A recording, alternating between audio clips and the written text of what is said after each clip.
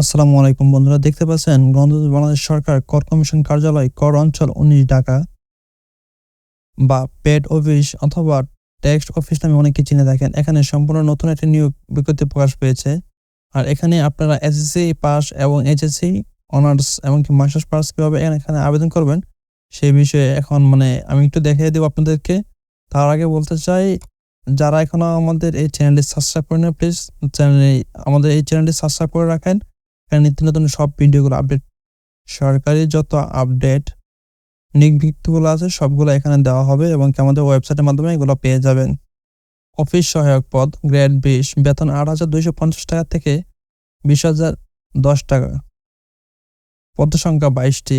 কোনো স্বীকৃত বোর্ড হইতে মাধ্যমিক স্কুল সার্টিফিকেট বা সমমান পরীক্ষায় উত্তীর্ণ। তারপর অফিস সহকারী কাম কম্পিউটার মুদ্রাক্ষরী গ্রেড 16, বেতন 9,300 থেকে 22,490 টাকা। পদ সংখ্যা 22টি। কোনো স্বীকৃত বোর্ড হইতে ন্যূনতম দ্বিতীয় বিভাগ বা সমমানের জিপিএ উচ্চ মাধ্যমিক সার্টিফিকেট বা সমমান পরীক্ষায় উত্তীর্ণ। তারপর আপনার কম্পিউটার দক্ষতা, আপনার যে কম্পিউটার ব্যবহারের দক্ষতা থাকতে হবে, computer, word processing, email, fax, machine ইত্যাদি চালানোর দক্ষতা অভিজ্ঞতা থাকতে হবে এবং এই কম্পিউটার মুদ্রাক্ষরী সর্বনিম্ন গতি প্রতি মিনিটে বাংলায় 20 ও ইংরেজিতে 20টি শব্দ থাকতে হবে। তারপর আছে আপনার 4 নম্বর আছে মুদ্রাক্ষরী কাম কম্পিউটার অপারেটর গ্রেড 14, বেতন 10,200 টাকা থেকে 24,680 টাকা পর্যন্ত। পদ সংখ্যা 20টি। কোনো স্বীকৃত বিশ্ববিদ্যালয় হইতে ন্যূনতম দ্বিতীয় শ্রেণী বা সমমানের জিপিএতে স্নাতক বা সমমান ডিগ্রি, কম্পিউটার ব্যবহারের দক্ষতা, কম্পিউটার, ওয়ার্ড প্রসেসিং ও ইমেল, ফ্যাক্স, মেশিন ইত্যাদি চালানোর দক্ষতা ও অভিজ্ঞতা থাকতে হবে এবং ষাটলিপি লিখনের সর্বনিম্ন গতি প্রতি মিনিটে বাংলায় 45 ও ইংরেজি 70 এবং কম্পিউটার মুদ্রাক্ষরে সর্বনিম্ন গতি প্রতি মিনিটে বাংলায় 25 এবং ইংরেজিতে 30 শব্দ। তারপর 3 নম্বর আছে উচ্চমান সহকারী গ্রেড 14, বেতন 10,200 থেকে 24,680 টাকা পর্যন্ত। পদ সংখ্যা 20টি। কোনো স্বীকৃত বিশ্ববিদ্যালয় হইতে স্নাতক বা সমমান degree, computer basic training course উত্তীর্ণ এবং কম্পিউটার, ওয়ার্ড প্রসেসিং সহ ইমেল ও ফ্যাক্স পরিচালনার দক্ষতা ও অভিজ্ঞতা থাকতে হবে। এখানে ঢাকা বিভাগের সকল জেলা আবেদন করতে পারবেন।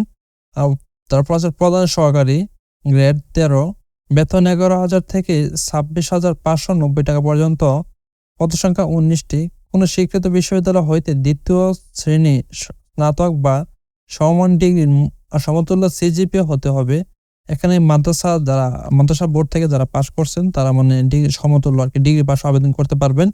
কম্পিউটার বেসিক ট্রেনিং ও কোর্স উত্তীর্ণ এবং কম্পিউটারের ওয়ার্ড প্রসেসিং সহ ইমেল ও ফ্যাক্স পরিচালনার দক্ষতা ও অভিজ্ঞতা থাকতে হবে। তারপর 1 নম্বর আছে কম্পিউটার অপারেটর গ্রেড 13, বেতন 11,000 থেকে 26,590 টাকা। এখানে পদ সংখ্যা 1টি। কোনো স্বীকৃত বিশ্ববিদ্যালয় হইতে বিজ্ঞান বিভাগ, এখানে বিজ্ঞান বিভাগ উল্লেখ করে দেওয়া আছে। বিজ্ঞান বিভাগ হইতে স্নাতকোত্তর সমান বা সমমান ডিগ্রি এবং কম্পিউটার মুদ্রাক্ষরে প্রতি মিনিটে বাংলায় 25 শব্দ এবং ইংরেজি 30 শব্দ গতি সহ 25 শব্দ এবং ইংরেজি 30 শব্দ সহ গতি সংশ্লিষ্ট বিষয়ে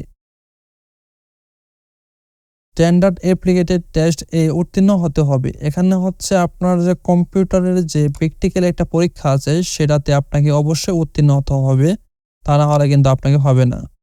যে সকল জেলা বাসিন্দাগণ আবেদন করতে পারবে নাকি, এখানে আপনার ঢাকা বিভাগের সকল জেলা আবেদন করতে পারবেন।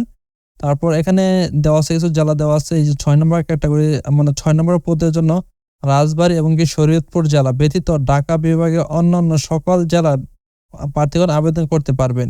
তবে এতিম ও শারীরিক প্রতিবন্ধী কোটা ঢাকা বিভাগের সকল জেলায় প্রার্থী আবেদন করতে পারবেন। এখন আমি দেখাই দিব আপনারা কিভাবে এখানে আবেদন করবেন। এখানে এগুলো আপনারা তো জানেনই, তারপর পড়ে নিতে পারেন একটু। আপনাকে এই লিঙ্কের মাধ্যমে অঞ্চল ওয়েবসাইটে আপনার বিজ্ঞপ্তিটি পাওয়া যাবে। তারপর হচ্ছে যে আপনার বিজ্ঞপ্তিটা আমাদের যে একটা লিঙ্ক দেওয়া থাকবে ডিসক্রিপশনে, সেই লিঙ্ক থেকে আপনি এই বিজ্ঞপ্তিটা ডাউনলোড করে নিতে পারবেন। তো এখানে দেখেন আপনাকে প্রার্থীগণ এই ওয়েবসাইটে পূরণ করতে এই ওয়েবসাইটে আপনি আবেদন পূরণ করতে হবে tax90.teletalk.com www.ecom.bd এই ওয়েবসাইটের মাধ্যমে আপনাকে আবেদনটি সম্পন্ন করতে হবে এবং কি আবেদন শুরুর সময় 16 মে, অলরেডি আবেদন শুরু হয়ে গেছে এবং কি শেষ তারিখ 30 মে, মানে খুব কম সময় আছে। আমি ভিডিওটা রেকর্ড করতেছি থেকে খুব কমই সময় আছে। তারপর হচ্ছে আপনার 72 ঘন্টার ভিতরে আপনাকে পেমেন্ট করতে হবে। SMS এর মাধ্যমে ফি জমা দিতে হবে। যদি ফি জমা না দেন তাহলে কিন্তু আপনার আবেদনটি ক্যান্সেল হয়ে যাবে। কিভাবে আপনার ফি জমা দিবেন এখানে কিন্তু বিস্তারিত তথ্য এখানে দেওয়া আছে, যে নিচে এই যে এখানে SMS এর নিয়মাবলী। হ্যাঁ, আপনি আপনি যদি এখানে আবেদন করতে না পারেন বা এগুলা হ্যাসেল মনে হয়, টেলিটক সিম আপনার নাই বা ঝামেলা মনে হয়, তাহলে আপনি চাইলে আমাদের মাধ্যমে আবেদনটি করিয়ে নিতে পারবেন। আর অবশ্যই এই চ্যানেলটি সাবস্ক্রাইব করবেন এবং কি এই যে বেল আইকনটি বাজিয়ে দিবেন। অবশ্যই আমাদের চ্যানেলটি সাবস্ক্রাইব করবেন এবং কি নোটিফিকেশনটা অল করে দিবেন, কারণ এখানে আপনি নিত্য নতুন যত ভিডিওগুলো আছে আমাদের কাছে পেয়ে যাবেন। চ্যানেল নতুন আপনাদের সেবার জন্য চ্যানেল দেওয়া আছে। এখানে আপনাদের কাছে সরকারি যত সার্কুলার আছে নতুন সবগুলো এখানে আপডেট দেওয়া হবে এবং কি যা প্রয়োজন আপনাদের সহযোগিতা করা হবে। অবশ্যই আপনারা আমাদের হোয়াটসঅ্যাপ নাম্বারে যোগাযোগ করতে পারেন। আপনারা যদি আবেদন করতে চান আমাদের গ্রুপে আবেদন করতে পারেন, সমস্যা নাই। আমরা অবশ্যই আপনাদেরকে হেল্প করব। ধন্যবাদ সবাইকে ভিডিওটি সম্পূর্ণ দেখার জন্য।